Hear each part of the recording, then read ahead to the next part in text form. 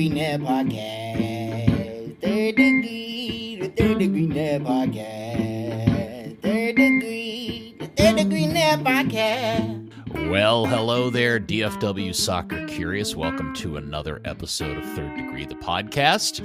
On the docket today, Dan Crooke. Howdy, Dan. Hello. And your hero, my hero, everybody's hero, editor, founder of thirddegree.net, and the original soccer influencer, Buzz Carrick.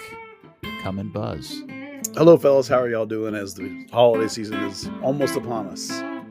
You clearly made it back safely from your cross-continent trip. Yep.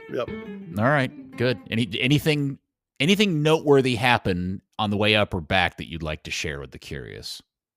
When I was going through Wyoming and into Montana, there was a really crazy wind situation that came up. You know, I don't know if you know anything about I-80, but the wind can pick up there, and it can be so windy that they'll shut it down for trucks because they'll blow them over. You know, and I was hauling my casita, so I was right on the borderline of what they considered okay to go. So I was like, but it was a little bit fun, a little bit scary for a minute, you know. Yeah. Did you get to see the Northern Lights? The day that the Northern Lights hit, I was actually in a hotel in a city. So I was in Salt Lake City that day. So it was super bright. Of course, because the city, I couldn't see squat. So. That sucks. All right. And I looked out my window to see if I had a good view of the mountains or anything. I had a view of a industrial park. So that didn't work out. So, but the hotel yes, the natural beauty. Yeah. It was a Hampton Inn and it was clean, and that was worth a lie sometimes, you know. Well, good times. Well, glad you made it back safely. It is an off week, obviously, for everybody because it's the international break. And before we get into talking about stuff that did at least happen news-wise in the last week, I just wanted to comment that it is interesting to be a Dallas fan and enjoy the fact that in the international breaks, we get to see some of our guys do stuff and important stuff. I mean, Petar Musa scoring the goal that essentially sends Croatia to the World Cup after not being called up for 2 years is both a thrilling thing and, if I'm being honest as a fan, a concerning thing. Yeah. Yeah, goals like that, you know, like we always say, you know, you should have done your scouting before a big cup or a big tournament or a big international game, but it doesn't matter that when you get in front of a bigger audience, people might see you and score a goal like that and have them go, you know what, that is the guy for us. If you use an FC Dallas analogy, I don't think the Dietzen was going to get across the line necessarily if he hadn't scored that goal against the United States for Haiti, you know, so. Anytime you see Musa scoring an international goal in front of a European audience, you have to think, well, you know, price just went up a little bit. Nice goal, Dan. Well taken. Very well taken. And apparently, I didn't get to see it today, but apparently he had an assist earlier. I heard he had an assist today. It went off the post and rebounded to the other guy who put it in, but they counted that as an assist. Oh, you know what? I asked Andy this on the radio show, but since you guys are actually my kit nerd friends, are we pro or con the larger Czechs shirts for the Croatia? Disgraceful. Yeah, general principle, we like the smaller ones, but yep. this version of the big one, I think, you know, is a decent enough, but we definitely like the smaller over bigger for sure. No, it's I've terrible. seen worse bigger. You think it's terrible? Yeah, it's not because it looks like it's trying to be a quartered shirt, but it's not. The greatest shirt I've ever had was the Euro 96 one by Lotto that had like the checks weirdly went off the shirt in a strange way. Oh, they had kind of a warp to it. Yeah. And it was just the pattern. Yeah. Well, the pattern was like its normal pattern. It was just kind of off and to the side. It was okay. Yeah, it was like the rare. What can you do with checks that aren't stupid? I guess. All right. Well, I'm glad we've settled that debate. Very good. I also am in great admiration that Dallas, by the time we get around to the World Cup, there's going to be a pretty significant flavor to this national team with some Dallas in it. Between Weston McKennie, who I think or assume is going to make the roster, Chris Richards, Ricardo Pepi, and I'll be damned, Tanner Tessman is turning into an absolute unit. I thought he was one of the best players on the field the other night for the United States in their win over Paraguay. Man, I just love his confident play. It is really fun to watch. Well, he's been a grown-ass man for a long time, so it's just nice to see him, I think it took him playing in a team at a really high level a bunch and getting comfortable at that higher level, for him to now go into the national team and look the part, but he definitely looks the part. So I'd love to see him make it too. That'd be fantastic. I thought the best moment of the game for Tanner was, I think it was about the 70th minute when some Paraguay little dude tried to tackle him and he literally bounced off Tessman like a rubber ball. It was great and fell on his ass. Tanner just kind of looked at him as he dribbled away with the ball. It was fantastic stuff. He's great in the middle. I still have always held out that if you could have converted him to center back, he'd have been worth $100 million plus because of his passing. Just like Richards' passing is amazing. Tanner's passing, particularly long passing, is amazing. And with his size, as a center back.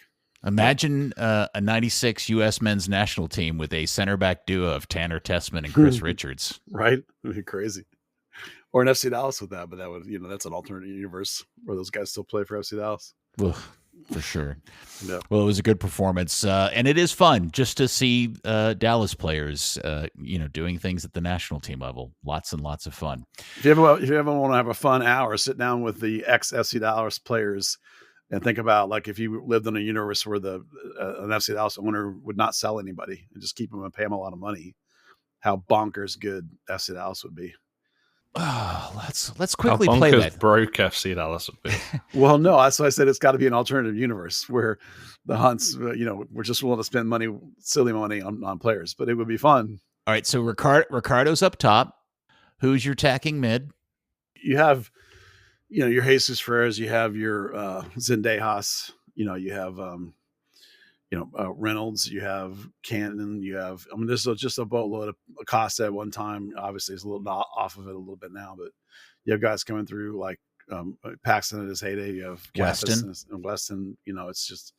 It's incredible the team you can do. Okay. Well, as I said, not much Dallas specific stuff happened this week. They didn't end up. Any reason we have any idea why they didn't do the cuts last week? We know why. Yeah. Dan, this is your info. You go ahead. They didn't have all the players back. They still had players out on loan. Yeah, the short version is that Pondeka was still alive in USLC with New Mexico. Oh, in the playoffs. I see. Yeah. Yes, he was still playing. Yeah. So they have to wait for the season to end so that his loan ends, so that then they can notify everybody of what's going to happen. Makes sense. They still have to do like exit interviews, exit physicals, all that stuff. So. Yeah, I knew there had to be an exit interview. I didn't know if Pondeka would need an exit physical or not because he wasn't with them, but he definitely needs an interview. Dan, if you know for sure he had to do a physical, I'll take your word for it. Oh, I don't. But I mean, obviously teams have to deal with an insurance component and everything else. Yeah, fair. That's legally, yeah. So it might be by Wednesday then, possibly. Okay. Well, obviously, with that aside, there was some significant news in the world of Major League Soccer. So significant that we actually took time to discuss it on the Kick Around this weekend because it was that's a big deal. Yeah. If we're bothering to talk about MLS stuff, it's significant news because Andy and I, like you, Buzz, are originals. And the question I asked Andy was, did you ever imagine that you'd see MLS shift to the FIFA calendar? And we had an interesting conversation about it, but I'm curious about what you guys' reaction is to the news, just that component, because there's really three big headlines that the league announced over the week. But the biggest one, obviously, is that in 2027, they'll shift to the other calendar and start playing in August and ending in May. Yeah, I think it's a fantastic move by the league in general, and I think it's particularly good for FC Dallas. Now, the great misnomer here is that there's not that significant of a shift in when the games are going to be played in terms of warm weather, cold weather. There's only the season, the section that's in the cold weather only adds like 1 weekend more in the cold part. But the key for FC Dallas is there will now be a gap that will coincide with everybody else around the world. Well, not everybody else, most teams that we care about in Europe in particular, but that'll align with international tournaments and stuff, which means that FC Dallas, while they still will have to play in late July, August, they'll now have time off in May, June, July, early July, which is not all of the heat going away, but it's a good chunk of the heat going away, which will be really good for this team. Hold on a second. Okay, now see, you're breaking news to me. I thought this was the season didn't start till later in August, and the hottest months of the Dallas summer is July and August. It's not June. It starts at the end of July, but it's still pretty damn hot in end of May, June, and first half of July or most of July. It means that you go from 6 months of blistering heat to like just 2 or 3 months of blistering heat. It's going to help. It's not the cure-all, Peter, but it's better. No. Well, You know. the other funny part is that now they're going to get sucked into the harder parts of Texas winter. I know they don't get January in there, but it still gets pretty effing cold these days in February. Well, yeah, but there's not going to be any more February games. Than there already is. They already start in basically late February. There might be one more game in late February, maybe, but that's it at most. We're already starting. This is 2-3 years in a row now that we've started in mid to late February. The season has. It's like 92% of the games they said will be in the exact same months and dates that they are now. The difference is those dates that vanish in the summer. My reading comprehension is poor because I walked away from all of this thinking Dallas was going to avoid its most extreme summer temperatures, and now I'm finding out we're essentially just blowing off the end of spring and early summer, which seems like a rook job for Dallas. Well, no, that's good for Dallas because they will play more games in the colder times of the year, and colder is relative, and there'll be less games in the hotter time of the year. So there'll be less burnout. I mean, how many years have we talked about the heat burnout here and how the team collapses into August into September? Like, this should help with that. It should be better. It's not going to be perfect because the way we have weather variance here is never going to be perfect, but it's going to be a lot better. You're going to add one more cold game, and you're going to add, it doesn't seem like it, Peter, because FC Dallas often doesn't make not often. Occasionally they don't make the playoffs, but they never go very deep. So they don't play into mid-December like you would if you made a cup run. Sure. So that's still going to happen. You're still going to play into mid-December and then stop until end of February. So that's basically what it is now. Okay. All right. If you're happy, I'm happy. Yeah. I think the effect on the preseason is pretty nice. Right now it's find a warm weather training venue, which is, the last couple of years has been Spain. Your off-season opposition is Nordic countries, kind of lesser leagues, Eastern European leagues. Now you're lined up more with everyone. You can take advantage of teams touring the US. You can stay local. You can go back to Marbella and pick up EFL Championship teams, Premiership teams, La Liga, Bundesliga, whoever. Just the quality of opposition and the chance for collaboration, which is something that Nico Estevez used to try and promote.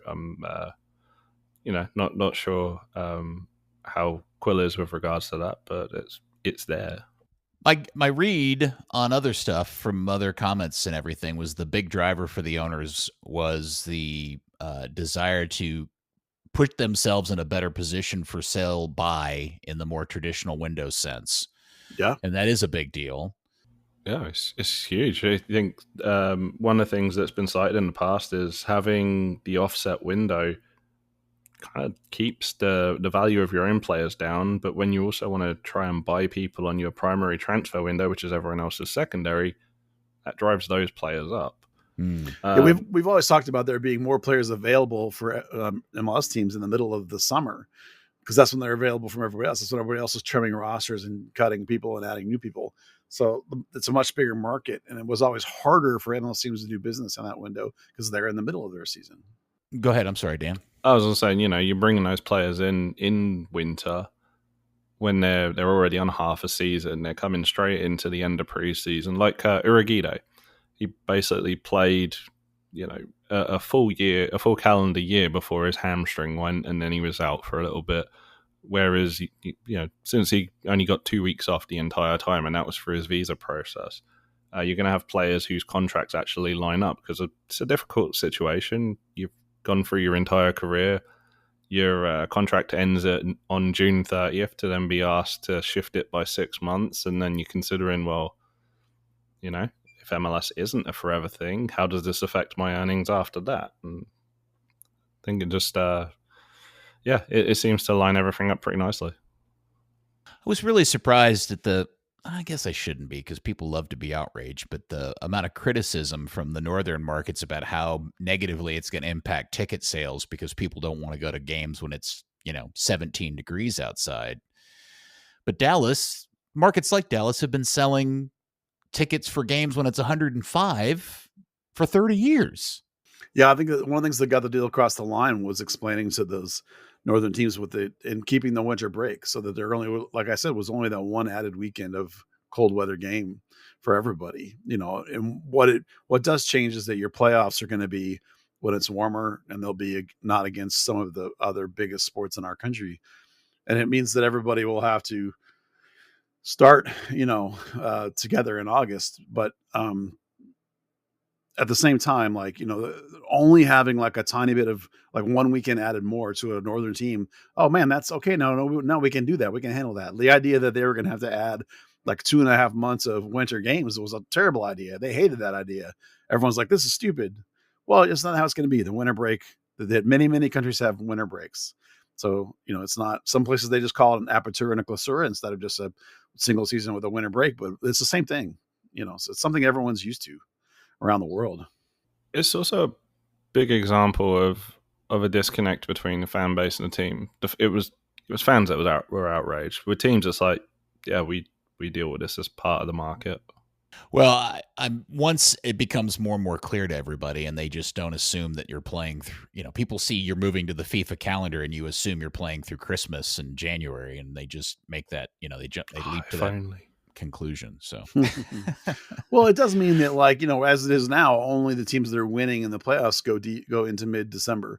But now everybody will. But that's at the same time, you just do a little bit of creative scheduling and just don't have home games in Minnesota for those last 3 weeks in December. You know what? I think MLS could enjoy some orange ball snow games, or more than they already get. Dallas will be happy to give up some August home games to play some early December home games. Yeah. Let's go to those first 3 or 4 games on the road up in Minnesota, where it would be delightful in August. One of the knock-on effects that I think will be interesting to watch is the fact that MLS's best and most consistent trading partner, sales client, South America, are now going to be out of alignment because most of those leagues play the same calendar that MLS has been playing for 30 years.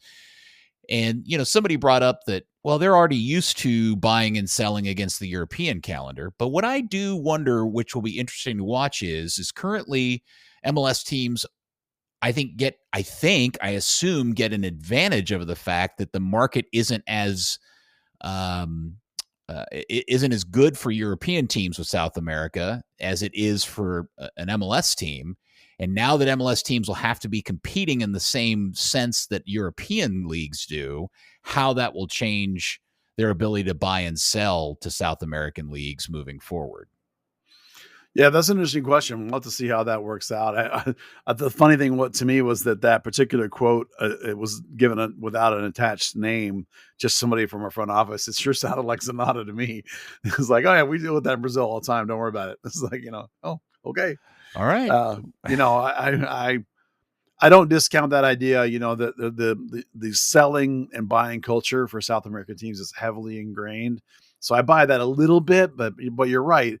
Now MLS teams now have to compete head to head with European teams in the same windows for those players. So that will be slightly different. Sure. Examples. So if the Lucho situation had happened in the new calendar, would Dallas have been as successful or maybe more successful? Found it easier to sell him in what would have been the middle of their season versus everybody. You see what I'm saying? Because it would have been the end of a South American season. I mean, it's an interesting question, and I don't know nearly enough about how South American teams go about their business to be able to tell you the answer to that question. It certainly it seemed like it was something that came off because it was the preseason for the team he went to, right? Correct me if I'm wrong on that. So, it's an important question you ask, and I don't know that we'll know the answer till we see how it shakes out. Any prediction we make is going to be us guessing, because I don't think any of us are, well dialed into the Brazilian, Argentina, No. Transfer more market, No. It is a good question. It's probably an ignorant comment, but the Brazilian football calendar just seems batshit crazy, just with the state cups and everything else going on. That MLS it's a single season. It's pretty easily defined. Yeah, sometimes I find it hard to tell, even in what leagues teams play in down there, because they play in a couple each, really, because of the state leagues and then the National League and and then Copa America and everything else. Well, everything. Sorry, Libertadores. Everything I have heard from people and talking to people this week is that by and large, teams in the league are super excited to be on even footing in those two windows, and so. People at FC Dallas has been talking about this for over a decade. Like Oscar was talking about it when he was coach, how badly it needed to happen. And that was over 10 years ago now. So it's definitely something that more progressive teams, the teams that are really into buying and selling, of which FC Dallas is one, have really wanted this to happen. The teams that were more domestic maybe won't care as much. All right. Now, I also want to go ahead and publicly reveal that it was longtime Burn fan Mark Spence who spoke this into the universe. And so if this actually happens, it is his fault and he is to be blamed because you could already tell it is destined and pre-written into the book of MLS soccer that new mini 2027 season, the shortened set 14 game season, which will be treated like a full-on MLS season with an MLS Cup and everything, will be won by one Football Club Dallas Burn. Can't wait for the asterisk above the crest. Forever for the asterisk. Yeah, you don't get a star on your shirt, you get an asterisk on your shirt. If the Galaxy win it, nobody cares because they've already won 17 other MLS Cups. But if one of the MLS teams that has never won it, or has only won, like Colorado wins their second, it'll always come with the asterisk. You know it will. Really? It should just be a three-way tournament between New England, New York Red Bulls, and FC Dallas. Should. It should just be a tournament with the MLS teams that have yet to win MLS Cup. Cheez-It Cup. No, forget the new ones. Just the OGs? Yeah, like your team has to be legally able to buy liquor and have not won an MLS Cup. Here's a question I haven't had somebody ask yet. What happens with the Open Cup? Does it stay in a calendar year cup or does it shift? The US Presumably it stays, right? Because that's US soccer. It's not MLS. It is, but would they align to fit the US, the number one domestic league season? Because otherwise you'll have it mismatched, and then halfway through the cup is like preseason, and you're starting with a new team. After I would assume they will. That's what they do in the early rounds now. Your USL rounds, teams, but it would happen. It would happen, right? Because the Open Cup ran February to November, and then MLS Championship is in May. You've played like 2 rounds, and you have MLS Championship, and then everyone takes 2 months off. And was there a gap in the Open Cup? Do you have to play a game in that window? And now you're in preseason for the rounds 3, 4 in the championship. It's out of alignment. So what happens? Who knows what U.S. soccer will do, but it will be out of alignment. And how quickly will other leagues follow? Will USL follow and shift their calendar? I would think almost certainly, since eventually USLSL is already doing it. I'm sure that's what they're going to do with USL Premier when they finally do it. They almost certainly will have to do that. Mm-hmm. Maybe they can appeal to being out of alignment. They can appeal to people or some way. I don't know. It would be. So the league that has promotion and relegation is the one that's playing in the wrong calendar format. Yeah. There'll always be something to fuss about. We'll see. Who's to say? We don't know. Yeah. Now, I said earlier that there were 3 big announcements that the league made, the second of which might be the most interesting of the 3, which is MLS is reformatting once again, both the regular season and the playoffs, and they will be moving to a quote-unquote single table. Now, don't get your pants all too crazy, soccer fans, because it's not the single table format that you know and love with the rest of the world. Yes, a single table, most points ends up winning it, but it's not a balanced schedule. What they're going to do is they're going to break the 30 teams up into 5 groups of 6 based on geography. And then you will play the other 5 teams in your division once home and away, or twice, once home and away.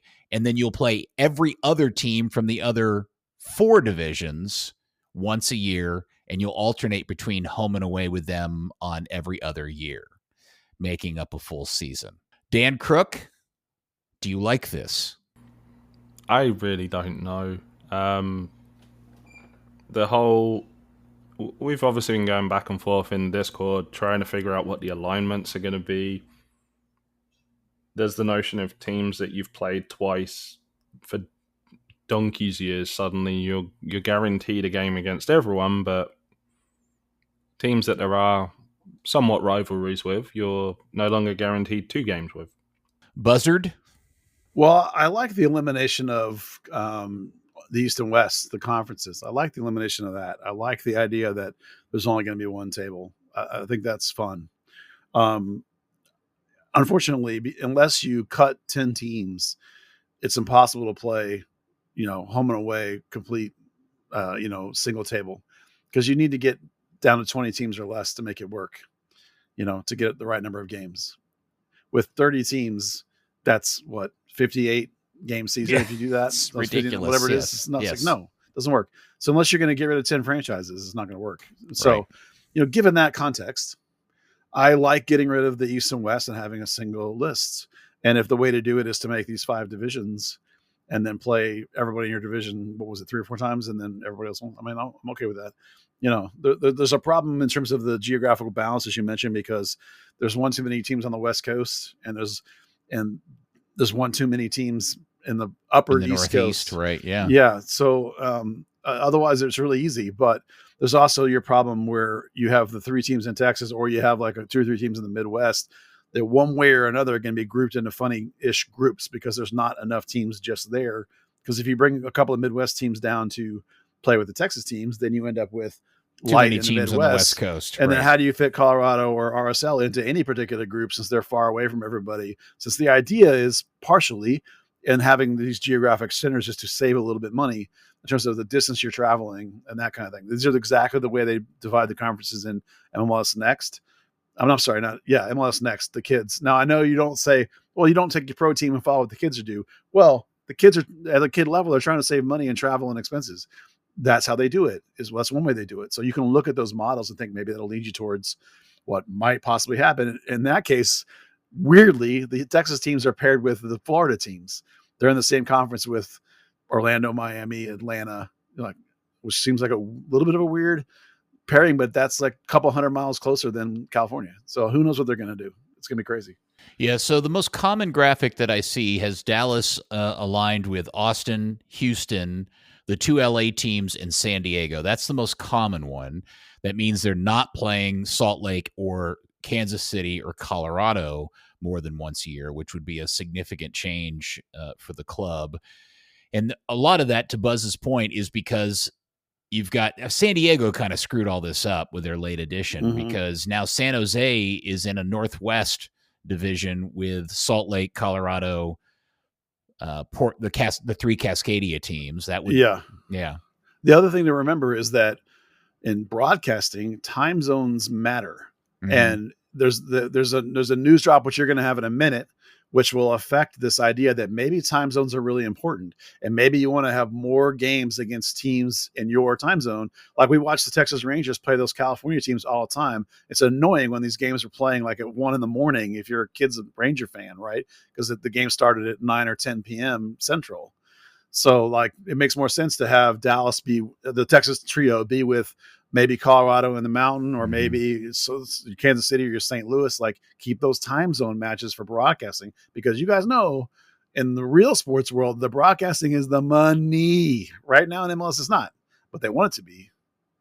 Yeah, because the central time zone teams, along with Texas, would be Minnesota, Kansas City, St. Louis, and Chicago. I think Nashville is East Coast time. Is that correct? It's right on the border. I don't remember which one it is. I can't remember. Yeah. And then everybody else from there is all East Coast. So there's Nashville is central. Oh, Nashville is central. Okay, so that would screw it up too, because there's too many central time zones. Yeah, so does Nashville want to stay close to St. Louis, or do they want to stay with Atlanta? So then you get some weird divisions. Someone's going to get hosed because the teams aren't exactly right in terms of pure time zones or pure geography or whatever. But well, just to make clear, just to make sure everybody understands, they've announced nothing other than the fact that they're going to divide everybody up, but they haven't announced any 5 divisions clarity as to how these 5 divisions are going to be divvied up. And there's, I've probably seen 15 different variations of this map. Yeah. But the one that I see the most has Dallas playing with the 2 Texas and 3 SoCal teams. But I don't think it makes sense to break up the West Coast. Just punish one of those teams that no one gives a crap about and leave the other 6 together. Well, but then that means you're breaking up either the 4 California teams or the 3 Cascadia teams. And do they really want to break up the Cascadia? You break up, you host San Jose, because there's 3 teams in the LA area and 3 teams Cascadia and San Jose. So San Jose with RSL and Colorado maybe, and the 3 Texas teams. I don't know. I mean, I don't know how you're going to do it. Yeah. But does it make sense to have all those West Coast teams have to travel to the central part of the United States, or if you do North and South, then you get Cascadia with Minnesota. Right. Like that doesn't make any sense, So, the idea of what's worse, having one team be in a weird conference or have all those teams have to go 2 time zones and 1,500 miles 4 or 5 times a season. We always talk about one of the reasons MLS always had really high home field advantage was the distance of the travel and the length of the travel and how far everything was. So keep it close, keep it in the same time zone, right? Only problem with hosing San Jose in that situation is they lose the Cali Classico, and that's worth a lot of money. Yeah, I mean, like I said, nothing is pure. You have a problem on the East Coast too, with how DC United is an hour from Philly and New York and New England, and yet they're getting stuck most people stick them down in the Southeast. Listen, it's DC is in Virginia, right? That's quote unquote the South, but it is way closer to those Northeast teams than it is to Atlanta, Orlando, Miami. You don't have the same problem on that side. So somebody on each coast is kind of going to get hosed. Should we vote to kick the Canadian teams out and make them go play in their own league since they've got a league up there? Would that fix anything? No. Okay. All right. Well, that's the second piece of news, and I guess very much TBD on how that all rolls out. But the other one was the news that the deal between Apple and MLS is changing significantly. And I think the big positive change is that the MLS season pass as an additional subscription cost is going away, meaning that if you currently pay Apple TV for Ted Lasso or Pluribus or Severance or whatever, you will now get the entire MLS season at no additional cost, and that's a big deal. The other big part of this is that the term of the deal has been shortened. So initially it was a 10-year deal. Now it'll only go for an additional 3 years until after the World Cup. And then MLS gets to figure out how they want to renegotiate this deal or go shop around for a bigger deal.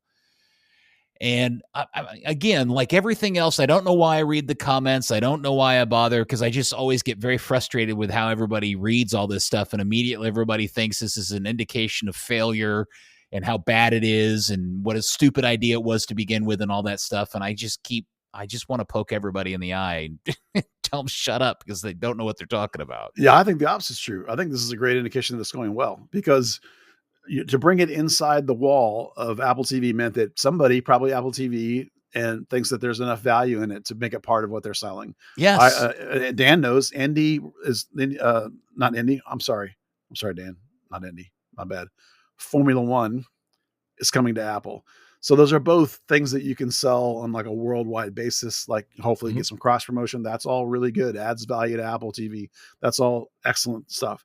Shortening of the deal, also, in my opinion, very good, because it means that MLS can play off of the World Cup bounce, where they'll enter negotiations with whoever it is, whether it's Apple TV or whoever's next, coming out of the back of the World Cup, when you should see adjustment of the calendar, a bounce from the World Cup hype, and things like that. So I think all that, MLS is taking a little bit of a bet on themselves by having done that, but I think it shows that they feel really good about what's happening with their broadcasting, that they think that has more value than they were going to get from the rest of the Apple TV deal.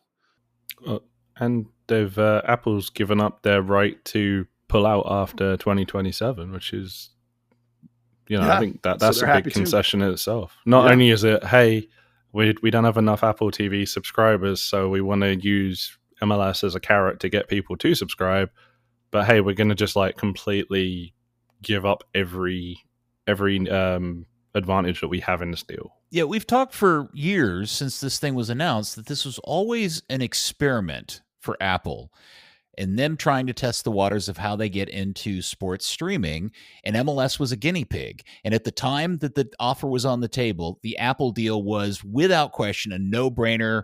That's the thing that you pick. You don't take a crappy Fox deal or ESPN deal for pennies on the dollar. You go for the $2 billion over 10 years with a tech giant like Apple, and be their guinea pig. And I will concede that maybe they didn't get as many subscriptions as they hoped to, but the fact that they were able to do 3 years of this, take a reassessment of how it's going and figure out how to find some compromise and realign on what makes most sense for both the league and Apple moving forward, I think is a huge testament as to how much they both think this is working for both of them. And the fact that with F1 coming in, that they decided to roll F1 into the exact same thing. They didn't say, hey, F1, we need to tie. So that's part of the experience. We learned with MLS, we can't sell an extra subscription. So here's the added value for everybody. There's this really smart F1 news channel I watched, Peter, that says exactly what you just said, was that, like, what they learned from the MLS deal, they applied to the Formula One negotiations. And that's part of why MLS is changing too, was because, as you mentioned, it works better as on the inside. And that's why MLS was a test for the $1 billion contract that's F1. Well, you can see the parallel of it too. MLS, it was, hey, we're going to take, Christ, I can't think what it used to be called. MLS Kick? Live, MLS Kick. Well, there was the DirecTV one. There was another one that you pay like $15 a month for. We're going to take that and we're going to host it on Apple effectively. With F1, they took F1 TV Pro, the higher end subscription, and they've put that entire package inside of Apple TV. So you can see exactly that. The lesson they learned about having it external as opposed to internal. And the other thing is that now everybody can enjoy the beauty of games produced at 10 and broadcast in 1080p. Because watching MLS playoff games in 1080p and just then flipping over and watching your random NFL game is such a difference. It's just so much better. It's amazing. I know there's a lot of the production qualities and broadcast qualities about the MLS stuff that people are still frustrated by, the hosts, the studio show, whatever. But just the visuals of it and the audio quality of it are quite good, and I dig it. So that's one of the things that's nice about the Apple TV deal being all streamer, is that you don't have to deal with some of the broadcast networks that are a little bit outdated. Like, the reason why not every NFL game is 1080 is because some of those networks are 720. Because they deal with Fox. over-the-air stuff. Yeah, over-the-air stuff and local news stations, and like they have to fit their 100 stations they have contracts with, and all these kinds of things all affects it. Whereas, that's one of the beauties of having this singular Apple TV. Now you're going to have to deal with MLS still. They are building out their own facility, and you're still going to have a lot of Remy's, which is where most of the production is done remotely. But if it means the cameras can be 1080 on site and they're saving money, and that's where they can spend money on the 1080, that's beautiful, and that makes for good pictures, and that's what matters most. Very good. Well, that is the trio of big league news that happened over the last week since we last talked to you. And, I think in summation of it, it is all outstandingly good, positive news. And for those fans that are just so eager to see this league change how it allows its clubs to spend money, I think this is the kind of stuff that leads to that. And so everybody, I know patience is not everybody's virtue, and I know we've all been patient for a long time with this league, but this is the kind of stuff that leads me to believe that other things are coming down the pipe. maybe tied with League MX or whatever. I don't know, or I assume that's going to happen. But I think the spending thing is the next big thing to come up, in terms of announcements. When I was a younger man and this league was launching, everybody always asked me all the time, man, is this thing going to survive? And my answer always was, it depends on the business model. The North American Soccer League created because there was such a disconnect between the very biggest team, the Cosmos, that were spending $100 million or whatever it was, versus everyone else in the league who was spending $5,000. And it turned out that you actually need a league to play in. You need to have some level of parity for it to be an entertaining product. So from the beginning of this league, it was all about the business model, and they were really smart and really slow in their build. And now they're gotten to a point where they're getting quite successful. And you got some new owners that want to really push the envelope. And then you have, of course, owners like Clark and Dan Hunt, who are holding it all back a bit. They're not the only ones. There's other teams that are involved in this old school owners that don't want to go crazy. And the Hunts were there when their dad saved the league. They remember. So what we don't, yes, it's time to grow. Yes, it's time to have more spending. Yes, it's time to get rid of some of the roster rules. But you can't just take the reins off completely. You can't just go, hey, 30 years in, we're successful. Let's go crazy. The NFL has a salary cap. The biggest league in the world, biggest pro sport league in the world with the most money in the world. They have a salary cap. So you have to be smart about this. You can't just go wheels off and expect MLS to survive in this country yet. Yeah, but it is clearly a sandbox that is bulging at the seams, because you've got, Inter Miami, who have 3 players combined making more money in salary than a lot of MLS teams are spending in total. Yeah, no, it's definitely time for some more change, some more incremental change, especially because you're about to have a competitor in the Division I market, and you want to keep separating yourself, right, as a league, if that's what you want. So, I think it is time for some more incremental adjustment, but you can't there's some people that have proposed, like, just have a completely open 100% roster with just a salary cap, and that's it.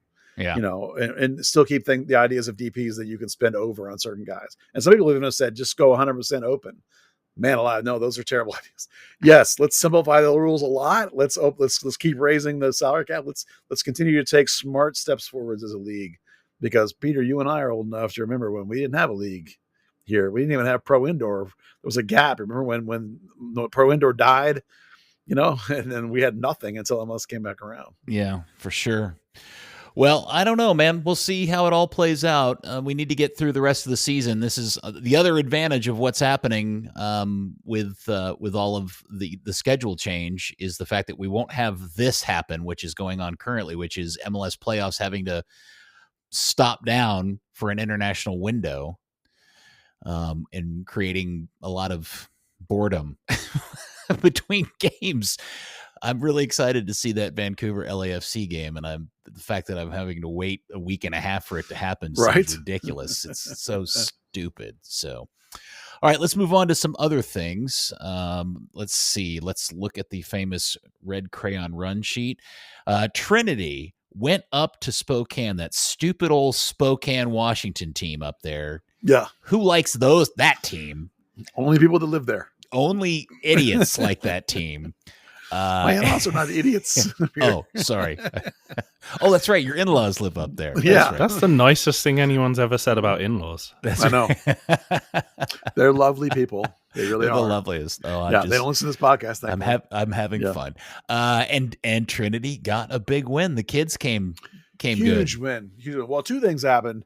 Well, actually, 3 things happened. Number 1 is the keeper, Riley Foster, got her job back and played great.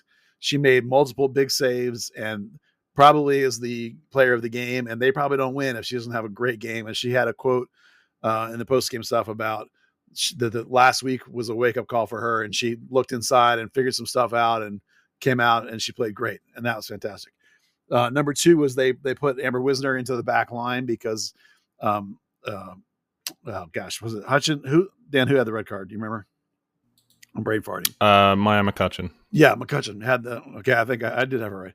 Had the red card, so she was out. So they put Amber back there. And of course, you did a shutout. That's nice. Well, again, part of that shutout was because Foster was great. It's a nice solution to be able to just put Amber wherever you need to shore up that section. But long term, you really can't.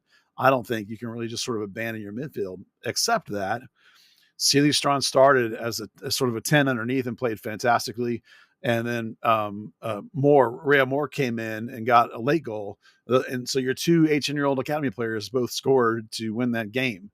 So if you can have Strawn become a good piece in midfield, and if you can get Missimo back in midfield, maybe you can afford to leave Amber Wisner in the back, or maybe you can bring her into the middle, and your midfield all of a sudden is really good when it hasn't been very good at all.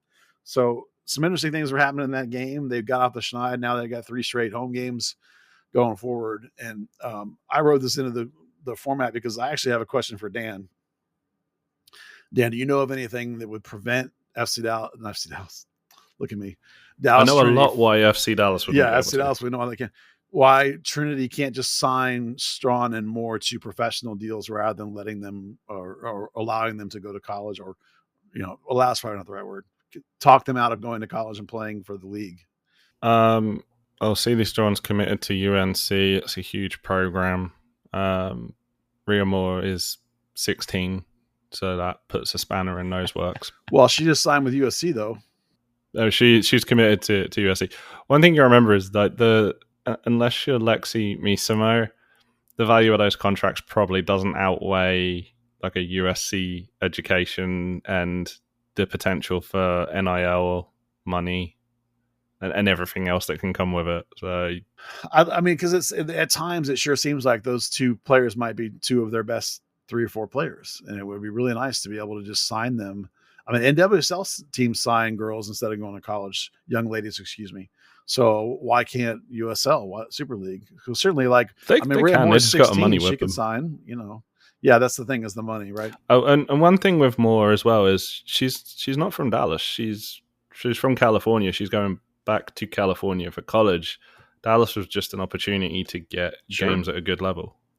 No, I get that, but if they're better players than you have, why wouldn't you try to sign them? But isn't this a side effect of the larger thing that we're kind of watching with NWSL? The big story this week about Trinity Rodman's deal is about to be up, and she can go overseas and make way more money than she currently can under current spending rules in NWSL.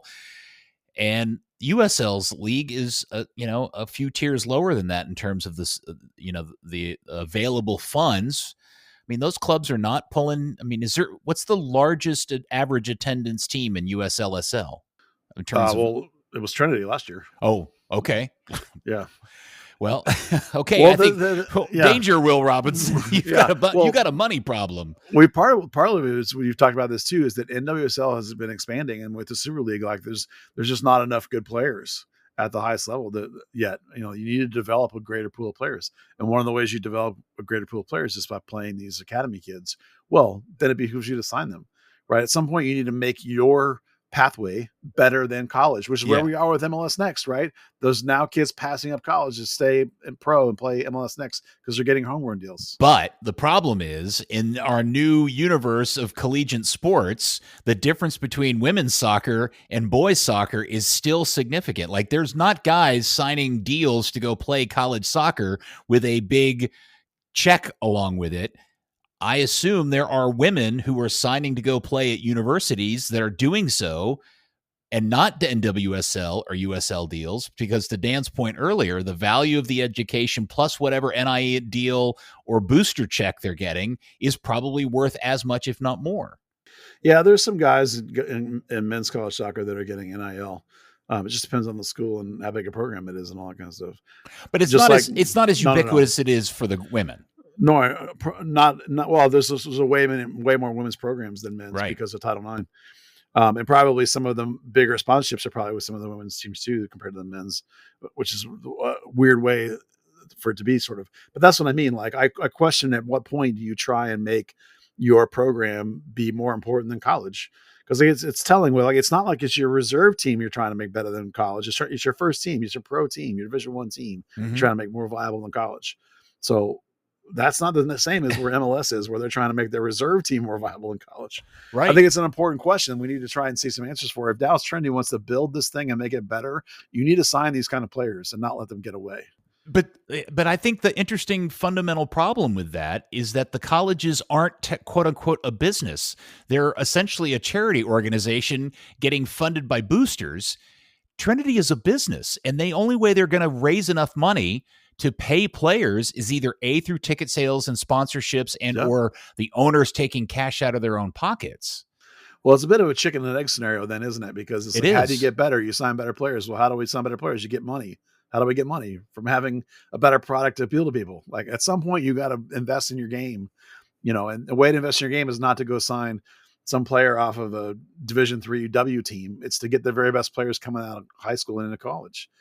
Grabbing girls out of college, grabbing young ladies from the Solar. Solar is the big one, obviously. You need to start being able to keep. Essentially, you need a homegrown program. You need a way to pay them to keep them, like MLS does. Yeah. And it was highlighted in this game since the 2 goals were scored by a 16 and a 17-year-old.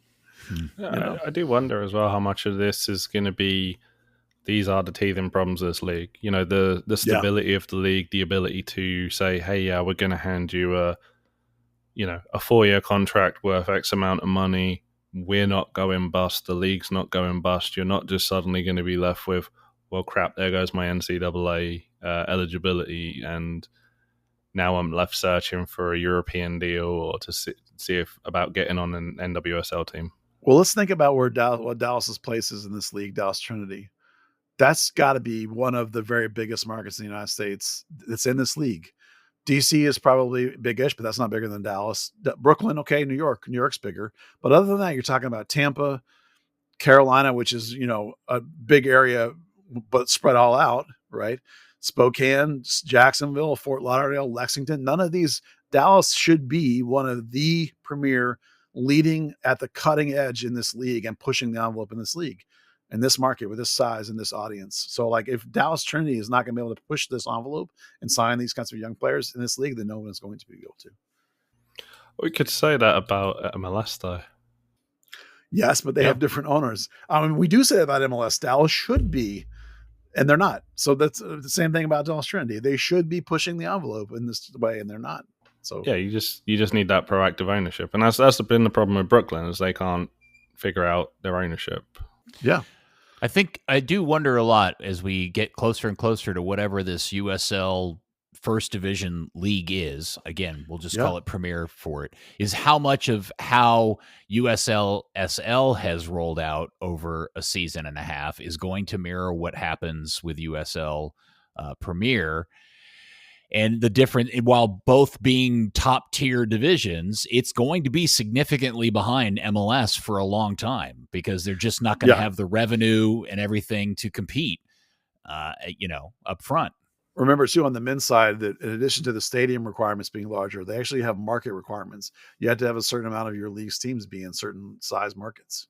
So, like, they can't, be adding Spokane and Jacksonville on the men's premier side. It's going to have to be some larger markets. Maybe if you have pro rel, maybe that has to be a question about whether you allow that. But in terms of founding the league, they're going to need a certain amount of big markets. Yeah, it's like 75% within of markets with 1 million people. They also have to fulfill the whole thing of having, well, I guess 3 time zones is pretty easy to do. Yeah, in a way, Fort Worth, Dallas having 2 franchises here, that gives them 2, if both of them are indeed in as we think they are, that gives them 2 teams already in above $1 million towns, because Fort Worth's now above 1 million people itself, and Dallas is too, of course. Yeah, I assume they base it on TV markets, which just means... I don't know. They both count as 8 million. Then. Yeah, then they both would for it as well. Whichever way you want to slice it, All right, so the win takes them up to 7th place. They now have 3 straight home games to finish off the first half of the season before their winter break. They don't play again at home until the 6th against DC, the 13th against Carolina, and the 20th against Lexington.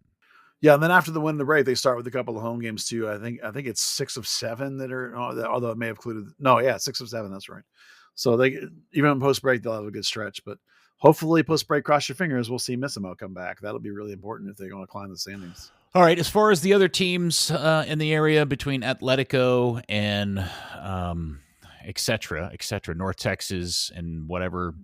Rodeo. etc. FC. etc. FC.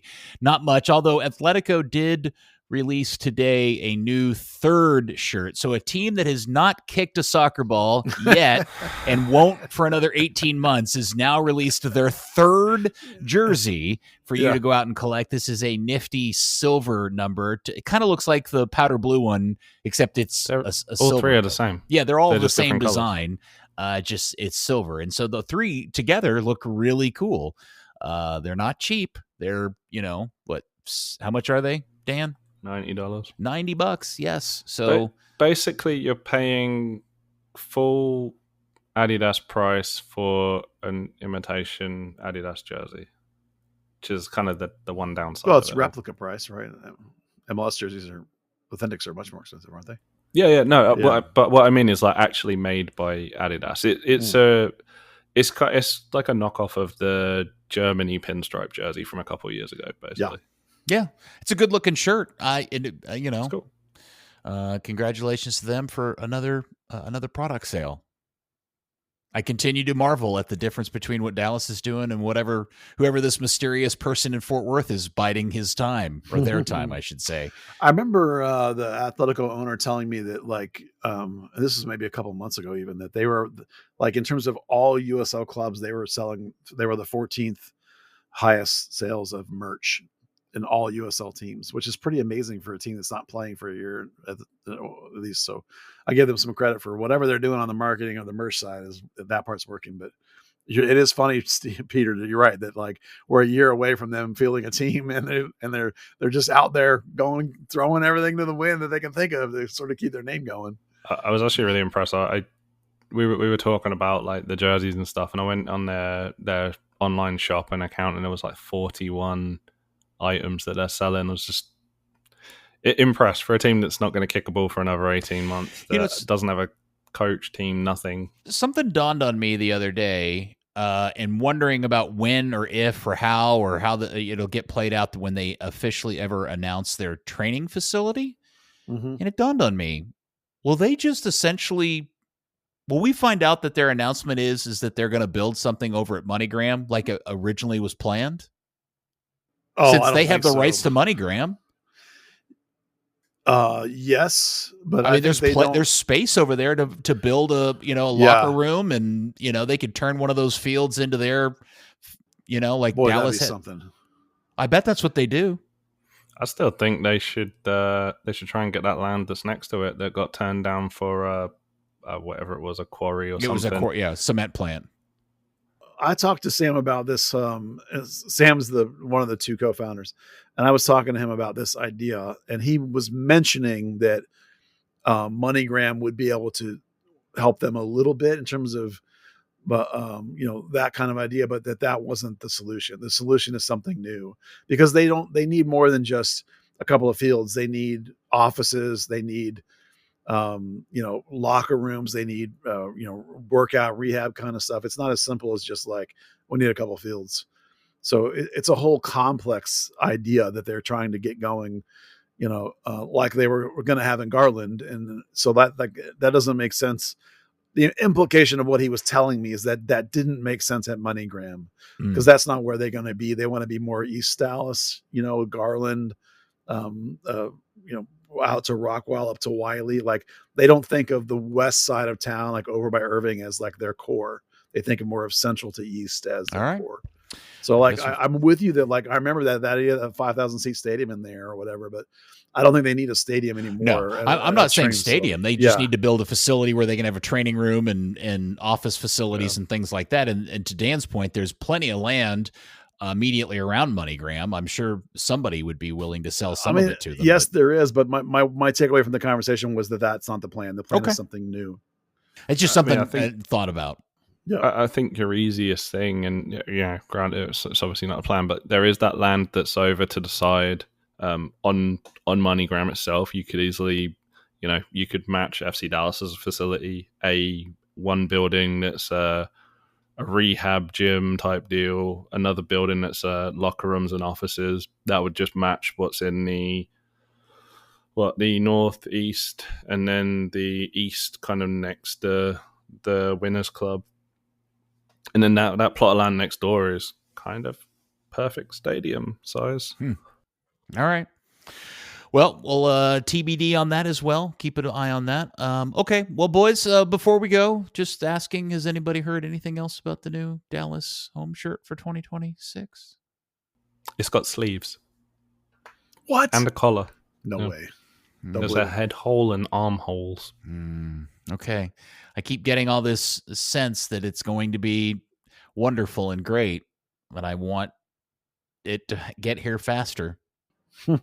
Dan, if you know something, when are we going to see the mock-up, sir? Well, hopefully before some dipshit streamer wears it. That may be less likely to happen given the change in staff over there. Maybe. We'll see. All right. Very good. Well, I'm excited. I'm hoping, fingers crossed. And I just, as long as it's not purple, that's all. I want to throw one little thing out. This is not necessarily news, but the Major Arena Soccer League begins their play like in 10 days.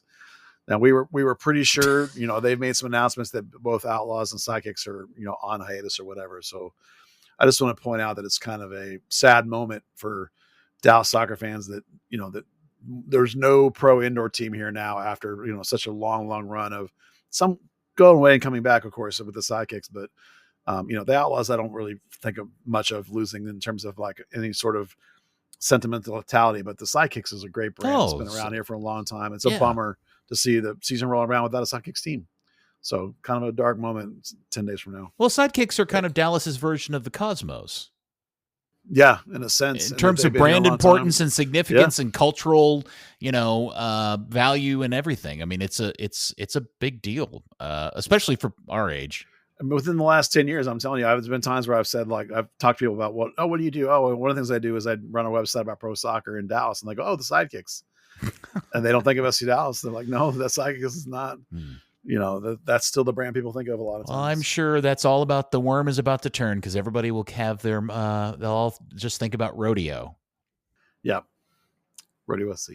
That soccer team up there called Rodeo. Bless your heart. Stop it. What are you doing tonight, Mabel? I'm going to the rodeo. Go team, go. Very good. All right, we did it. Another hour knocked out. All right, boys. I will see you in a couple of weeks. Can I give you a teaser? Yep. Tease. Since both of y'all, Peter and Dan, will not be around next week, I am doing the podcast with a special guest. Friend of the podcast. You're cheating on us? Capologist, roster expert, the nerd. You're bringing out the nerd. Bringing in the proud nerd. owner of Tanner Tessman's Game 1 Leon jersey. Smelly jersey. Cuts. The contract should have come out by then. So we will go nerd deep on contracts, cuts, and keeps, and salary caps, and all that good nerdy soccer stuff for y'all. All right, you have to promise that you have Armin tell the story of him getting his game-worn Tanner Tessman jersey, opening it up, and finding out that he had bought a chemical bomb that exploded in his house. I love that I'll definitely story. ask him about that. Yes. Good Lord. Yes, you would think that when you buy a game-worn jersey that it includes a washing. But maybe I've never bought a game one. It doesn't? No, that shouldn't. That ruins it. Okay. That seems like a biological hazard, though, Dan. The Tamara Bolt one I bought's got some mud stains on it. Okay. Yeah, my Drew Moore U.S. men's national team game worn jersey has a grass stain on it. Yeah, but does it smell to death? No, but it has a grass stain. Just smells like a locker room. Yeah. Okay, very good. Wouldn't you be a little concerned if you paid all this money for something that somebody wore in a game and, maybe did something important in it and it's like, oh, it smells like bounce? I just didn't want it to That's smell how you know like it's game worn. I didn't want it to come in and make my house smell like a dead possum. Just air it out. It's fine. Okay. I'm sorry, Buzz. Were you about to say something other than that? No. Okay. Very good. All right. Thank you, Dan. Good stuff, buddy. Thank you. Happy Thanksgiving to you. Buzz, happy Thanksgiving to you as well. Yeah, happy Thanksgiving back. And we will see you, Buzz and Armin will see you next week. Dan and I in 2 weeks on the another future episodes of Third Degree, the podcast. Play the kids. Pay the kids. Third Degree, the Third Degree Net Podcast. Third Degree, the Third Degree Net Podcast. Third Degree, the Third Degree Net Podcast. Third Degree, the Third Degree Net Podcast. Bye.